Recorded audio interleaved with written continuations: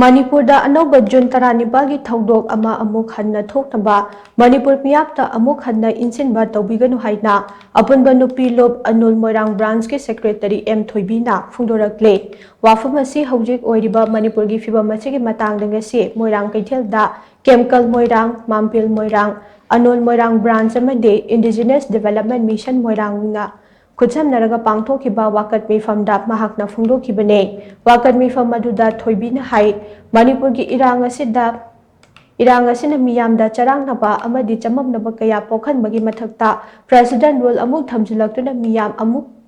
ꯑꯃꯨꯛꯀ ꯍꯦꯟꯅ ꯂꯩꯇꯥꯗꯕ ꯍꯥꯏꯕꯗꯨ ꯑꯣꯏꯍꯜꯂꯦ꯫ ꯑꯊꯨꯕ ꯃꯇꯝꯗ ꯃꯤꯌꯥꯝꯒꯤ ꯑꯣꯏꯕ ꯂꯩꯉꯥꯛ ꯑꯃ ꯂꯤꯡꯗꯨꯅ ꯃꯅꯤꯄꯨꯔꯗꯒꯤ PR ꯂꯧꯊꯣꯛꯈꯤꯅꯕ ꯍꯣꯠꯅꯒꯗꯕꯅꯤ꯫ ꯂꯝꯗꯝ ꯑꯁꯤꯒꯤ ꯃꯤꯌꯥꯝꯕꯨ ꯃꯄꯤ ꯃꯄꯥ ꯂꯩꯕ ꯑꯃ ꯑꯣꯏꯍꯟꯕꯤꯌꯨ꯫ ꯀꯨꯝꯖꯥ 2002 ꯊꯣꯛꯈꯤꯕ ꯖꯨꯟ 19ꯒꯤ ꯊꯧꯗꯣꯛ ꯅꯤꯡꯁꯤꯡꯕ ꯆꯨꯝꯒꯅꯤ꯫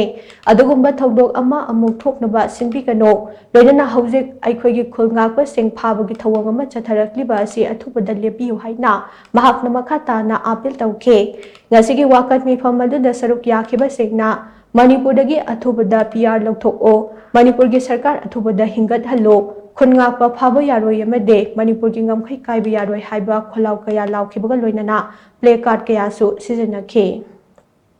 ngasi manipur thoiba irang sigi marak sida parja ekhoi da charang na bama po andona CM resign tawi tawde haibana jingbagi tawiba thabak se ekhoi pamjade athuba matamda ekhoi gi sarkar mapu palhanbiu athuba matamda ekhoi pa mama leiba makki macha ohenbiu adun kari gumba tanja sida PR thamjal lakan khosal lakan hotnari ba mayam se ekhoi parja da yamna charang na hanba po thabam khanghan daba leita bam pon khanghan daba ama ekhoi do poe sigi poche athuba matamda mapu palhalaga loishanba se athuba matamda porakpiu natragadi ima mayam na changsalakpa khongjanda manipur haiba manipur sida CM mantri mandon leitaba lamdam haibado nongmati soidan oirakpa yai jun 18 ningsingbiu hariba khongjang da kari oige haibase aduna asigumba jun 18 gumba thawdok to invite tobirakanu haidana ngasi manipur gi sarkar da thamjari aduga loinana ngasi aikhoi gi lamdam sida mafamdagi khungakpa pharibase athuba matamdagi khudaktagi lepiyu makhata na khungakpa phabagi thabak chathaba yaroi hariba pose tarai na lobiganu athuba matamda masigi pose lepiyu